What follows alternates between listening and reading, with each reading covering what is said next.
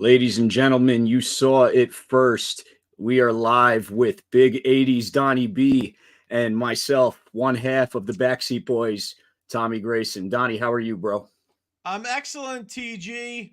This is going to be fun. You're in the driver's seat this week. You're in the big boy seat. Strap it up. We got Bruce and Whoa, and Nightwing, back tonight. I think tonight it's that's gonna right. be I got Red Hood with the red cap and Big Uh-oh. 80s Donnie B. Backseat Boys are in the house. I'm really looking forward to this episode, Donnie. Yeah, me too. I've never met Sonny, believe it or not. Like, we have a lot of mutual friends. Of course, you guys and this and that. I've heard she's one of the only people I can think of off the top of my head on the current indie scene that I haven't heard one negative thing about.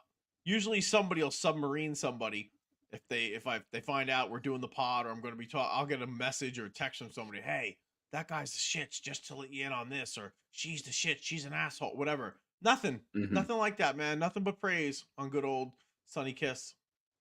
Mm-hmm.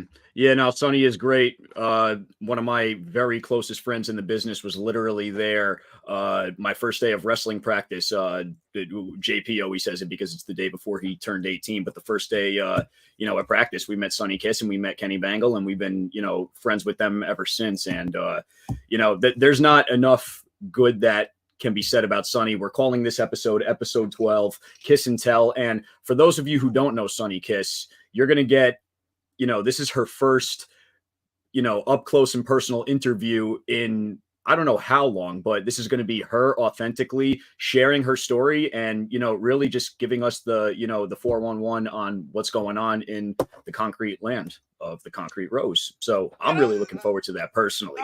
that was the thing I never understood with AEW and AEW Dark and all the other shows and all the outlets and YouTube and everything. I don't know how anybody couldn't have pieced together a video or some more backstory on her. Or that was one thing I think about. I think about AEW all the time, doing some more retrospectives or pieces on guys as they introduce them or gals as they introduce them. I don't know how somebody couldn't have found 5 or 10 minutes to do a piece on Sonny Kiss and just give us a whole background, or even on guys like Janela or the Dark Order guys and stuff like whoever. Just damn man, it's right there. These vignettes. Let them go to their Mm-hmm. hometowns and dig in and let us know about these folks, man. Because Right. everybody has a story in the big city, and stories sell tickets. They do. I don't care what anybody says. Mm-hmm. I mean, you see it right here. Sonny Kiss, a wonderful person. Sonny's story is like none other. I don't know if you're familiar with Tupac at all, Donnie. I know you're not typically the biggest hip Listen, hop I ain't fan, that but old, brother. I know about well, Pac, the Birdman, the movie. He was the basketball coach. Big of ups to course, Pac. All big right. ups to Pac. Well, what That I'm made no what I'm sense. getting at is that if you go and you watch some of the interviews that Tupac did right before he died, and the way that the people just on the street would just notice Tupac and were drawn to him. That's the type of aura that Sonny Kiss brings. I several times we've been down at Jersey, over on the Asbury Park Boardwalk, and so many people just going up and saying, "Sonny Kiss, thank you for inspiring me, to keep being Yeah. me. Thank you for that's genuine. That's real. You can't script people to come up and tell you their life stories like that. So it's really interesting to see, like you said, how is it that, unfortunately, they were in the driver's seat, they were in AEW, and, now 2024, New Horizon, I don't even think we've cracked the surface of her story and what can actually be done. No, because I don't even know it. That's what I'm saying. Like, you were talking about Tupac. I heard Tupac say something to this day that I think was one of the most profound things I ever heard. I heard him say that he might. I'm paraphrasing here, but in a nutshell, he said he might not be the spark that ignites the fire that changes the world, but he would be the spark in the mind of the person that ignites the fire that changes the world. And I always thought that was so cool, man. Like, I never Mm-hmm. forgot that. Um, Sonny Kiss is one of those people. Like, Mm-hmm. some boy or girl right at home right now, whoever is sees that and sees Sonny and says, "That's the kind of person I want to be. Who's not afraid to Mm-hmm. break out of the norm. Who's not afraid to break out of their shell and not be in a box and have somebody tell me what I am or what I'm not." That's Mm-hmm. awesome, dude. Forget about wrestling for a minute, just in general. Just because Mm-hmm. I'm sure she has a tale of bullying and everything. I'm sure all that happened to her when she was young. But she can be an inspiration to a lot of people out there, bro. And I just Mm-hmm. think certain folks, they missed the boat, man. They had a gold Mm-hmm. mine. She's one of one, and I'll tell her that when she comes on here, man. She's one of one in the entire wrestling industry.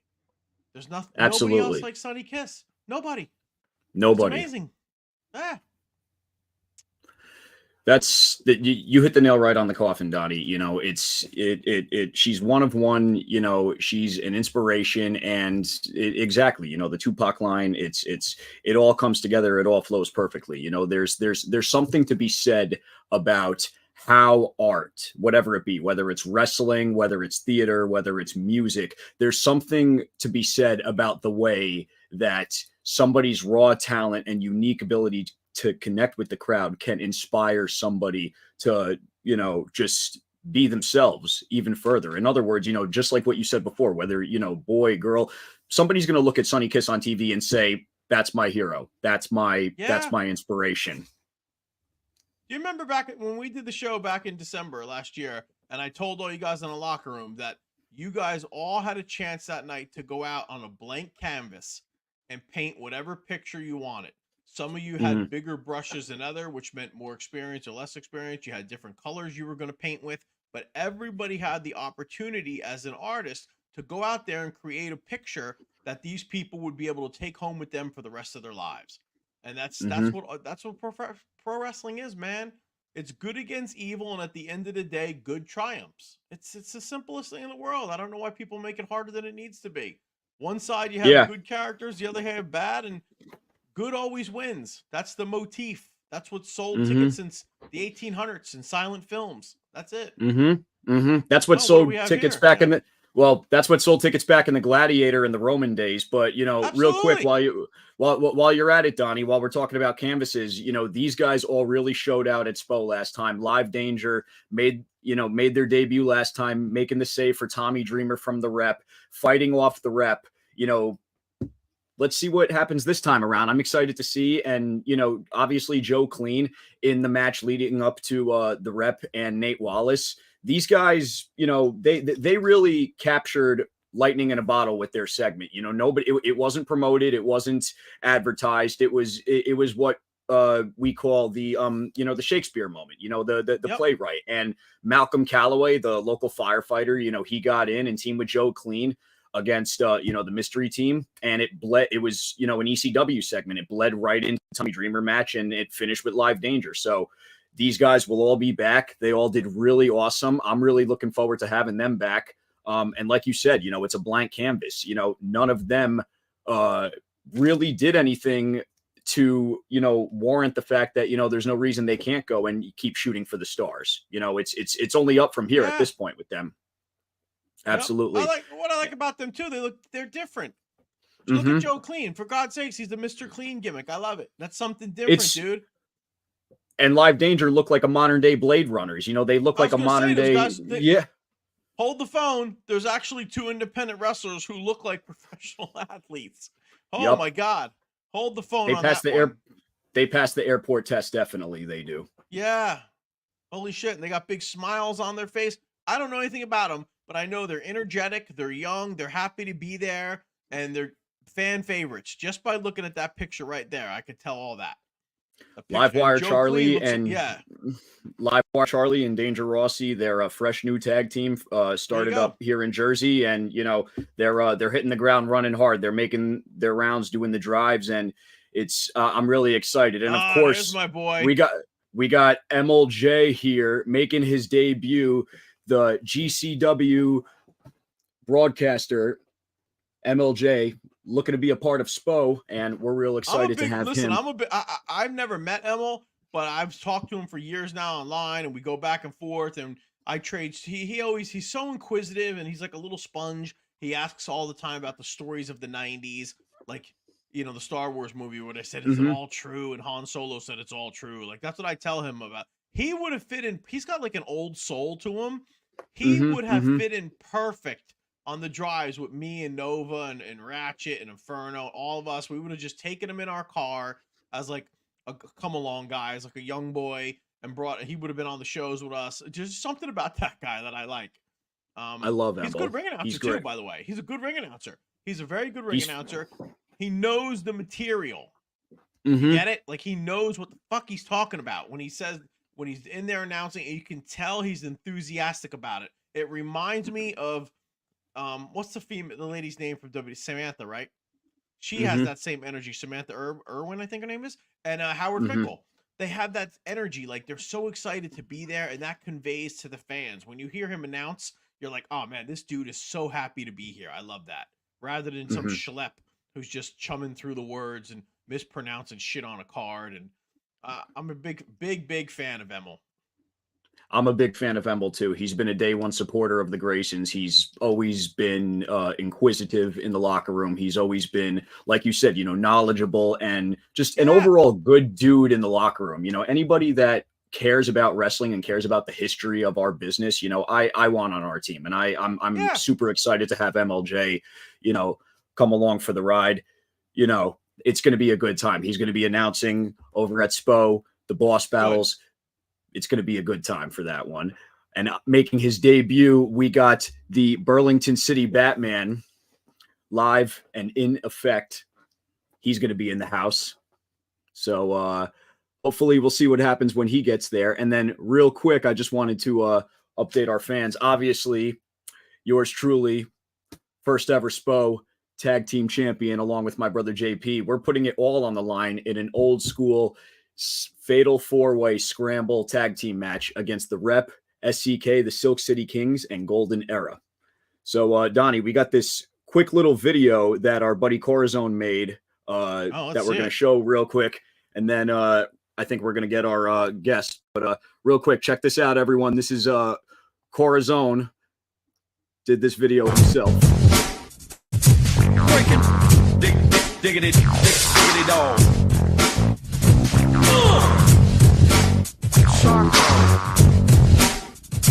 Breaking.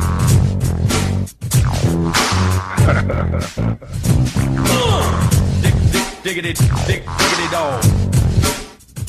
Breaking. Diggity dog.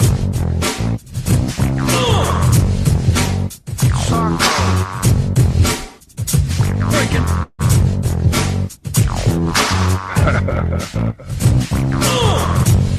Diggity dog. Breaking. Diggity dog.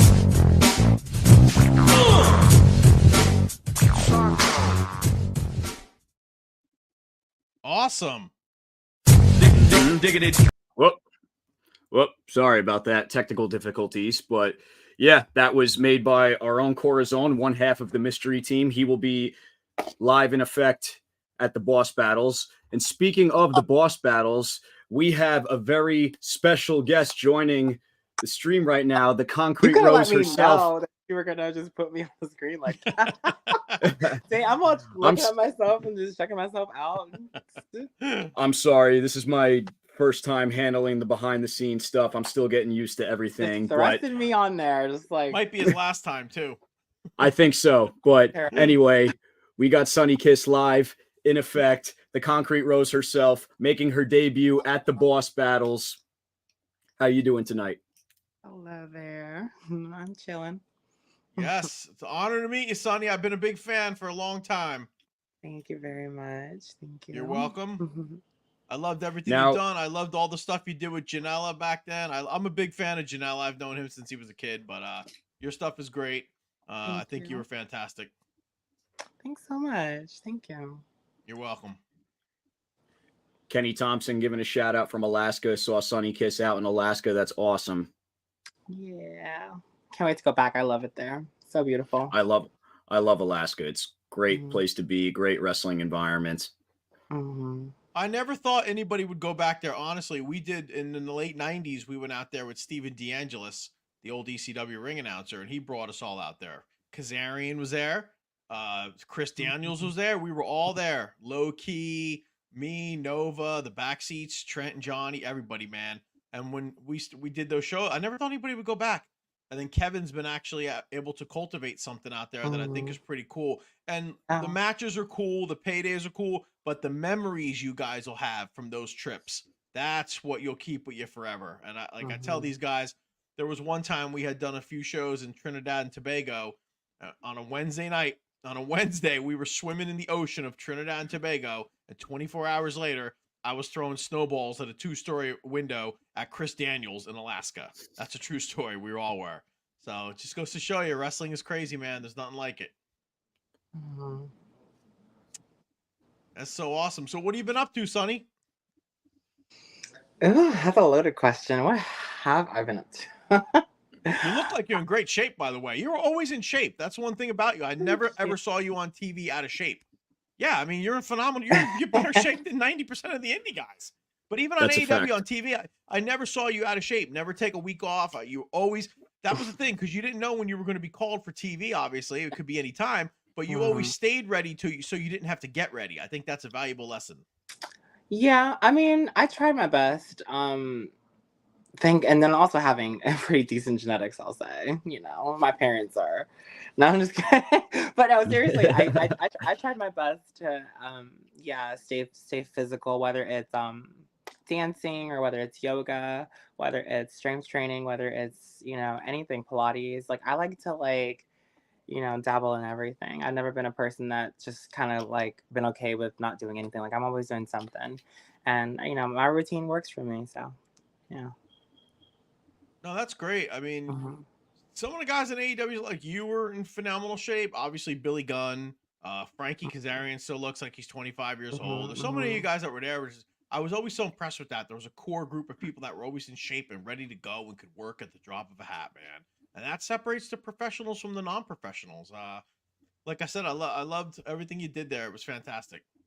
Thank you. I think I all the stuff that we were doing was just so much fun. I just wanted, you know, more of it to happen. But it's all Obviously, yeah. And that's what, whose idea was all the stuff with you and Joey, the vignettes with the gas station and all that? Like, I really thought you were onto something with that when you guys beat up all the people outside the gas station and all that. Like, who promoted all that? Who produced all that?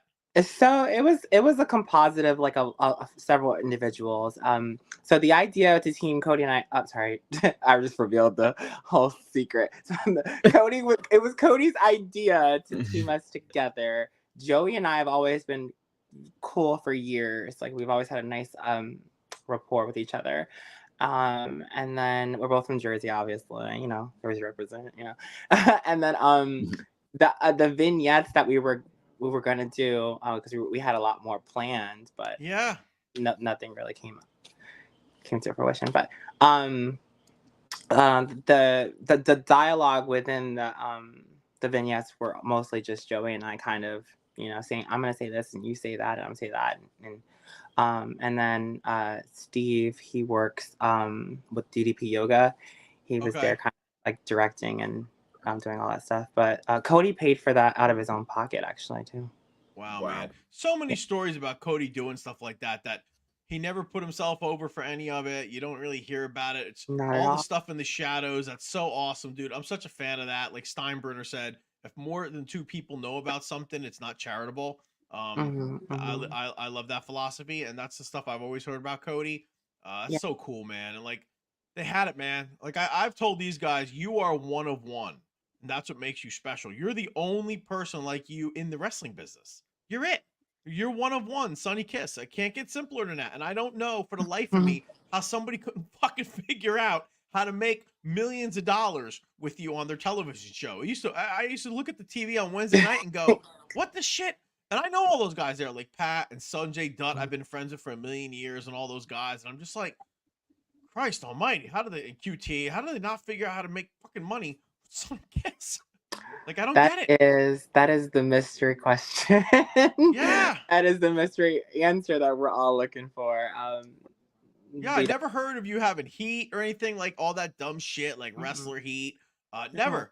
All cordial, easy to get with. Because I'd ask people here and there, like, about this guy, that guy. Hey, what about this one now? Oh, yeah, we're trying to get everybody in. And I'm like, that's great. But, you know, if you got a pot full of ingredients, use the one that tastes the best first, man. You know what I mean? Seriously. Yeah, I don't know. I've always worked really, really hard.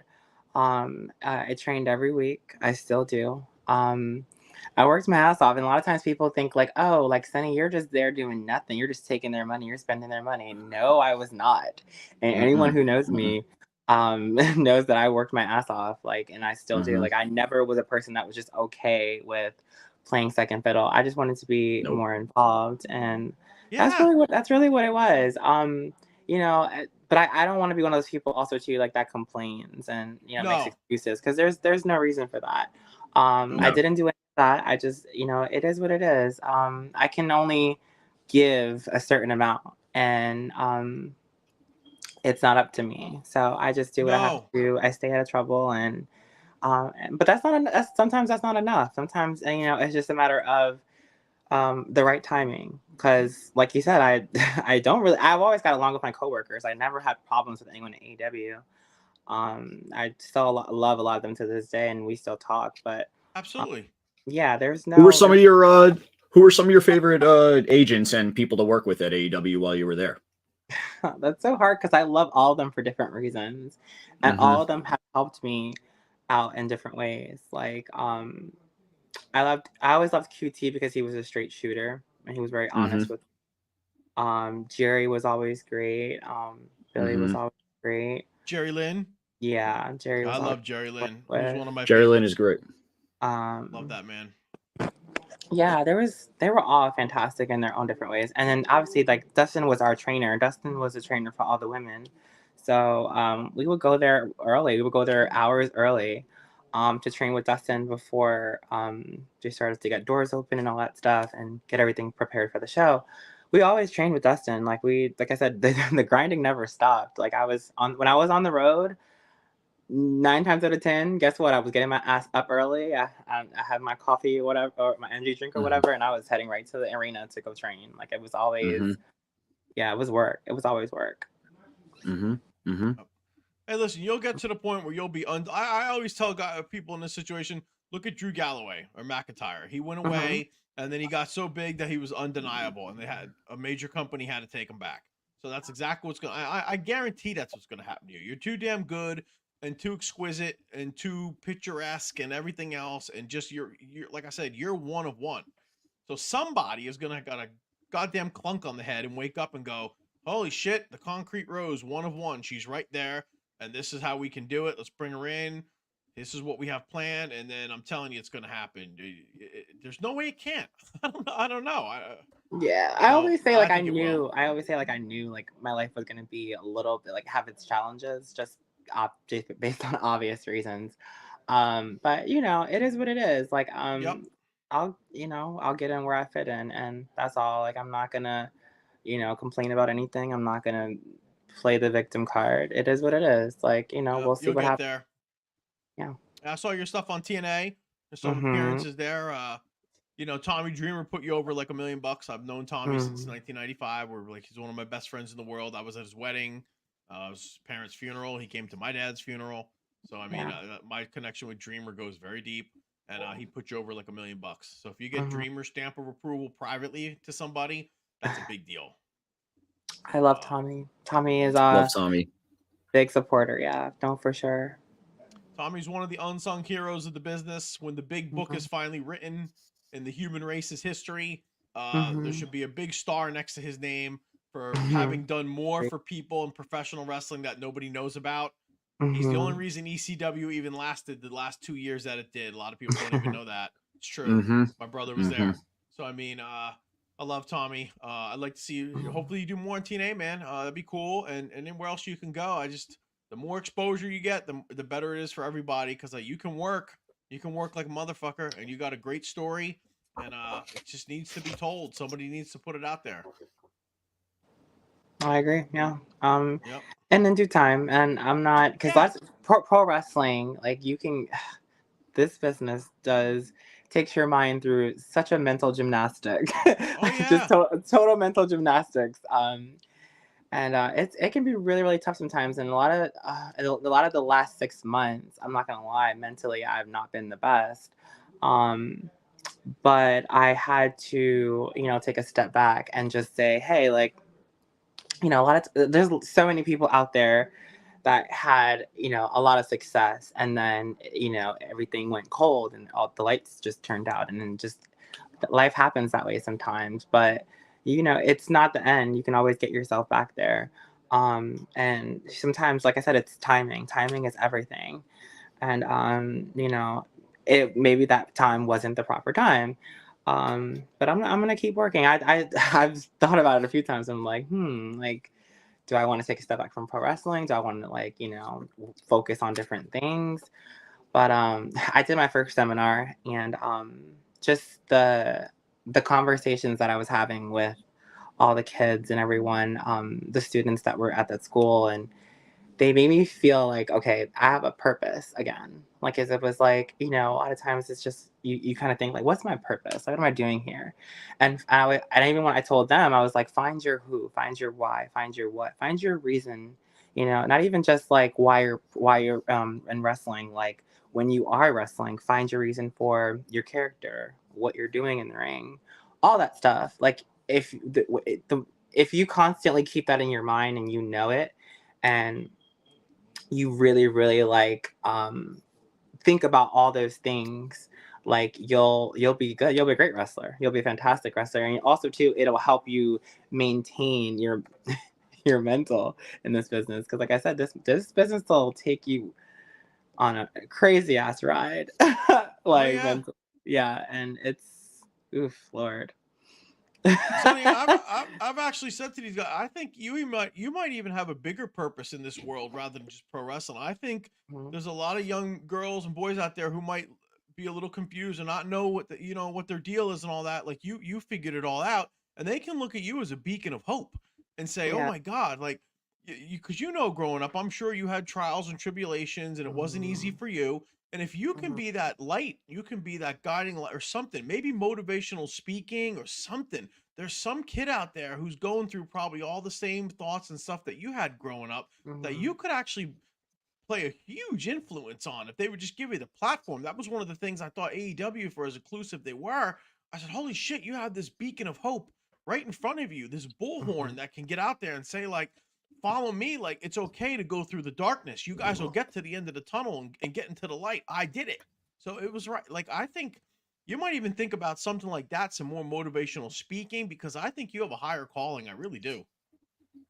Yeah, I've definitely I've done that in the past.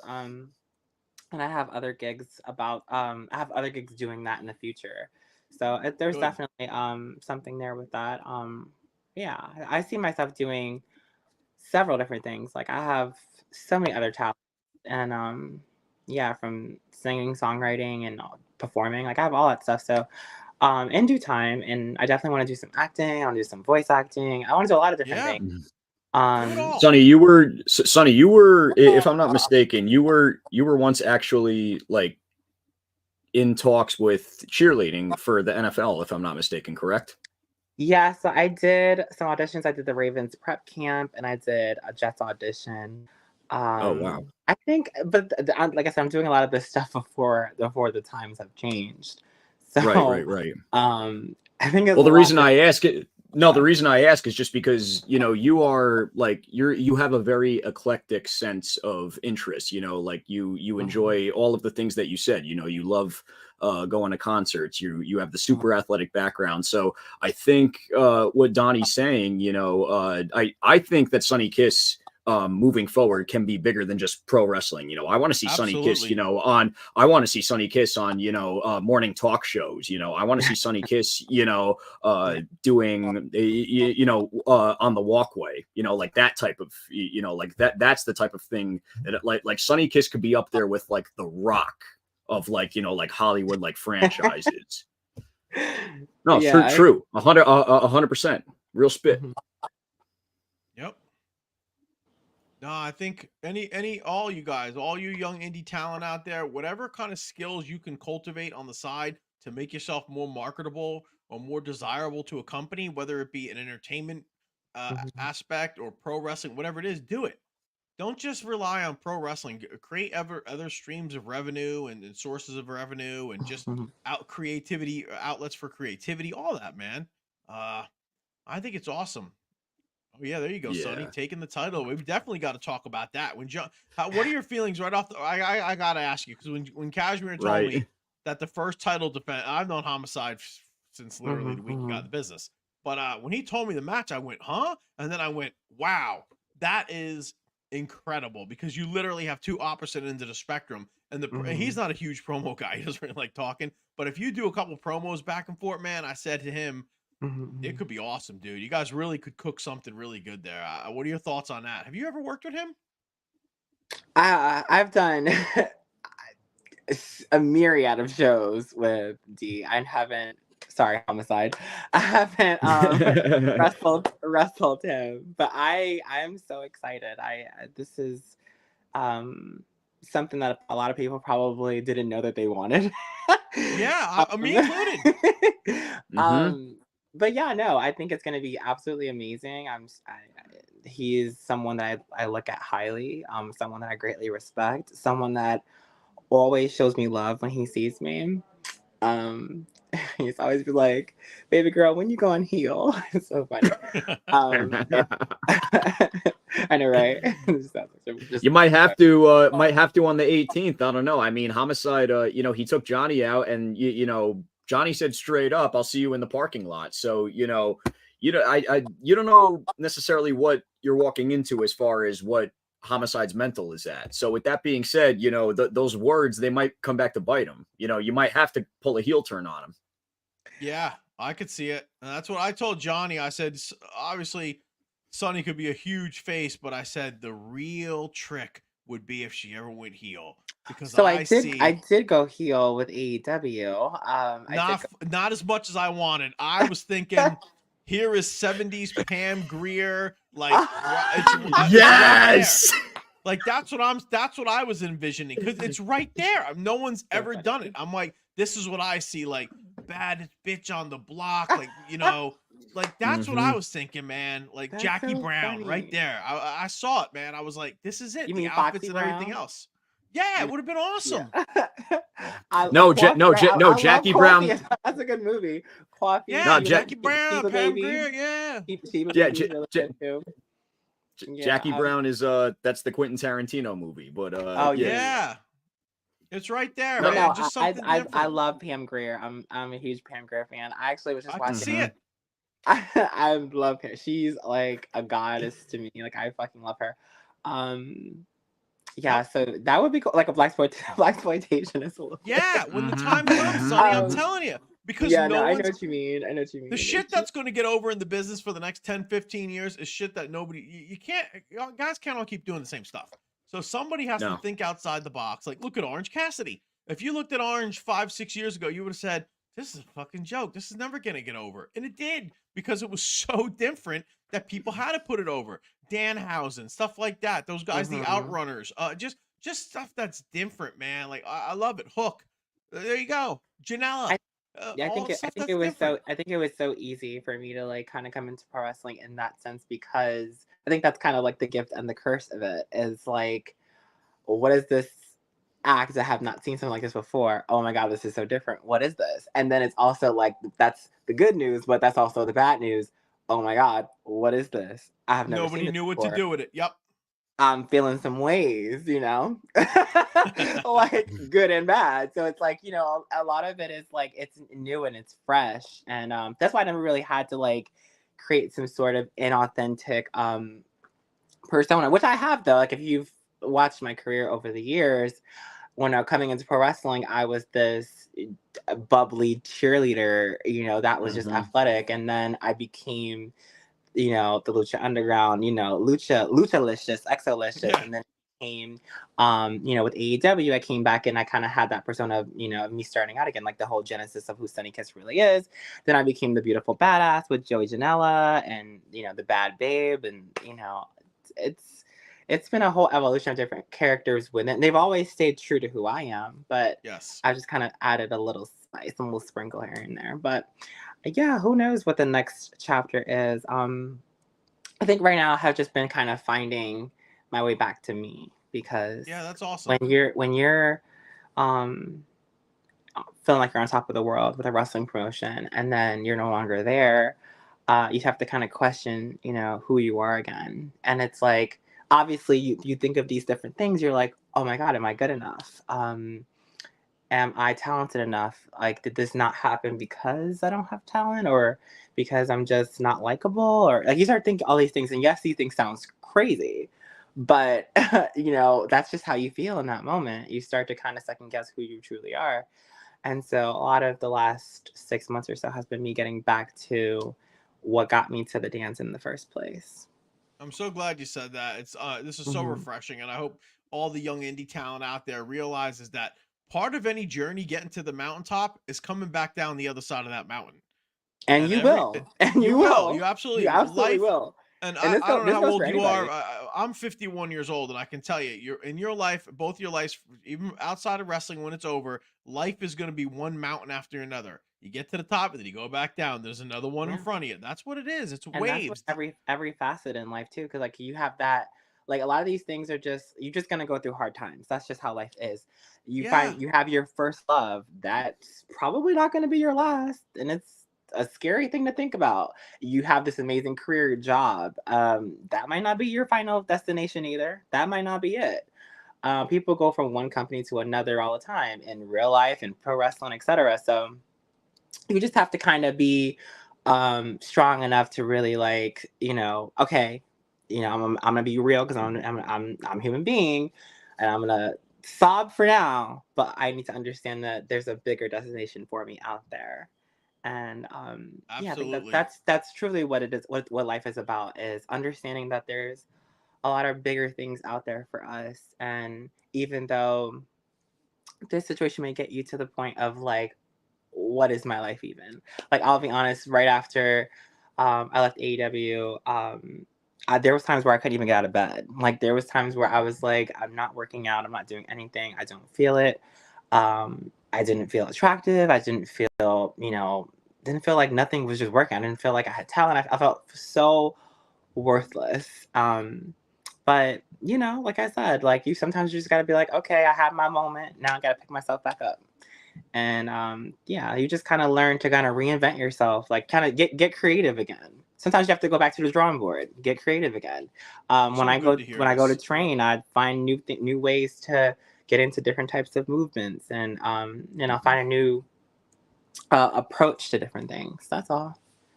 That's It's so never great too to late to hear get back. because, like, so many of our brothers and sisters years ago, like, they would have just buried their face in a bottle or with Mm, gimmicks and pills. I mean, like, mhm, I'm sure, like, CD or Jerry or even Jericho, all those guys would have told you the locker rooms in the 90s and 2000s were an awful mhm, place to be, especially with any kind of insecurity or self doubt. You would have been ravaged by the wolves. You would have been thrown out with the bathwater.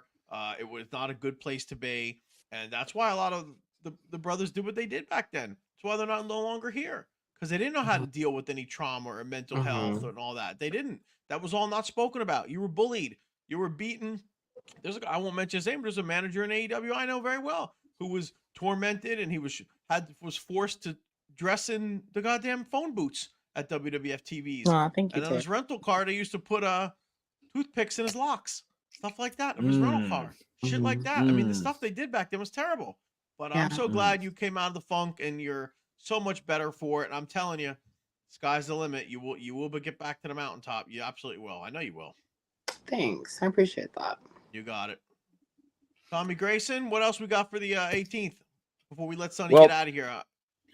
well, before we get out of here for the 18th, we of course have the scramble tag between the Backseat Boys, the Rep, Silk City Kings, and Golden Era. We have John Zandig and Johnny Cashmere taking on Feral Face and Hardcore Channing Decker. Uh, what else do we have? We have the return of Live Danger and Joe Clean. So much more, so many more matches to be announced over the coming weeks for our April 7th event. Real quick, Sonny, before we get going, I had one final question to ask you. Do you have any favorite, memories of your travels in AEW, favorite opponents? And, I guess part two of that is what are some of your goals and, dream opponents for 2024 and beyond? Dang, you're trying to get out of here soon, and that's a loaded question. So let's start with favorite moments. Oh my god, it's okay. So the behind the scenes, I will say we used to have so much fun. Um the women's locker room, we just we're all just super super silly, and a lot of times we just make up random songs, especially Rebel. Rebel has a song, and every time she sees me, she calls me. She'll just start singing it. She'll be like, "Shelf, shelf booty, shelf, shelf booty." And to this day, I still can't get that song out of my head, and it honestly makes me like literally crack up still. And it's like it's been like 3 years now. Like I just love and adore her for that. Always making up dances with Velvet and Kiera was always a great time. I never ever got enough of Jade slapping my butt when she saw me or something like that. Nyla and her goofiness is always a good time. Yeah, there's so many. Like the Jacksonville era too. I will say that the pandemic was my most favorite time, honestly. It sounds so crazy, like it's so ironic, like the world was just in such turmoil, but the Jacksonville era of AEW was my most favorite time at AEW because it was a time where I was working the most. I was the most creative I've ever been. I was the most hungry I've ever been. It was when Joey and I really, really like meshed well as a tag team, and we started to kind of feed off each other, and it just became so seamless. And every single week too, when I would do like my spin and my pose and hit the pose or whatever, every time I would hit the pose, Joey would fly and react to my ass. It's so funny. And then he would go on commentary, and the fans would wait for it after a while. It just became kind of a staple. The fans would wait for it, and he would go, "Sonny Kiss got a wagyu steak of ass," or something like that. It's just so fucking funny. And to this day, it makes me laugh. Oh my god. But yeah, no. Overall, like the entire experience at AEW, especially behind the scenes, was just always a blast. So I can't think of one favorite moment, but those were always great ones. Yeah, Cody and Brandy. Oh my god, they were always so helpful. And I just so appreciate them, and always whenever we all did hang out, it was always a good time too. So many people, like I can't even name one, like cause we'll be here all day. Because like I said, there's so many different memories, and I'm currently writing my memoir. So good idea. Yeah. Yes, I've been working on that for the past year and a half. It won't be out anytime soon, but just know that I kind of even. Maybe I shouldn't even said that. But anyways, yeah, whatever. I'm writing it. You're putting it out there. Yep, this way it has to happen. Well, I just kind of wanted it to be one of those things where it's like, surprise, but whatever. Yeah. Anyways, yeah, so I'm writing that, and I'm reliving a lot of those memories too, which happy. Okay, so my favorite opponents. Okay. Joey and I, when we were a tag team, we really loved working with Jurassic Express. They were always fun. Because we just had great chemistry and we just bonded. My favorite opponents. Jack Evans. Always great to work with. Since Lucha Underground, he was the one who like created this monster we know as Sonny Kiss with all the Lucha stuff, So he's a great opponent. Who else? Who else do I really love to work with? There's so many people now. Peter Avalon. Oh my gosh. So Peter, to me, like Peter was AEW's like I don't like making comparisons because I don't want people to think like the other person doesn't have their identity. But if we're talking like based upon like how this person makes the other person look, Peter Avalon was kind of like AEW's Dolph Ziggler. Hey, bestie.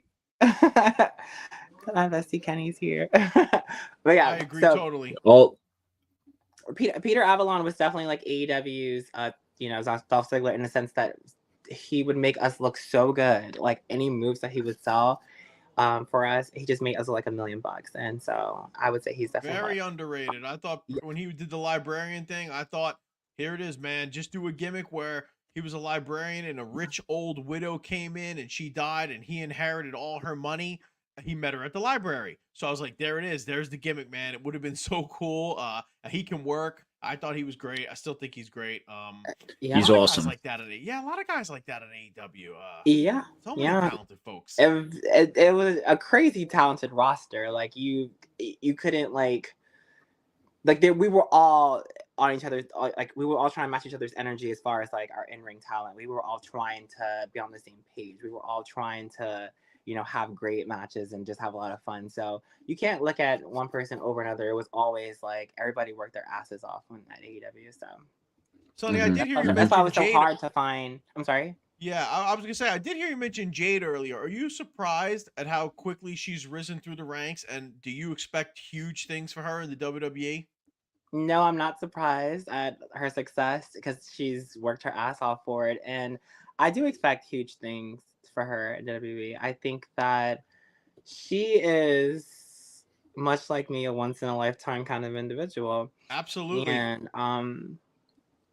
I think that WWE is very, very lucky to have this 10th wonder of the world. It's like she's like larger than life. Like her presence itself is just phenomenal.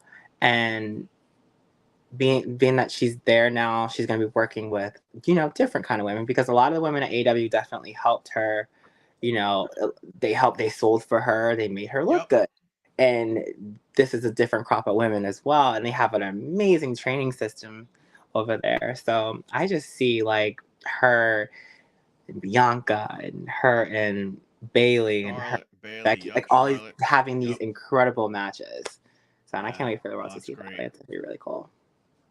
This has been so cool, so informative. We're going to put this everywhere. I'm so glad you agreed to do this tonight and come on with us. And I think that anybody listening to this is going to hear a story of perseverance. They're going to hear an uprising tale of never giving up and never quitting and just putting your best foot forward. And even though like you had your self-admitted struggles, you told us right here tonight, you rebounded. And I think the sky's the limit. It was an honor talking to you tonight. I can't wait to meet you in person someday. And just hang in there and keep plugging along, man. You're one of one, Sonny Kiss, one of one. I'll keep saying that again. And thank you so much for joining us tonight, Tommy.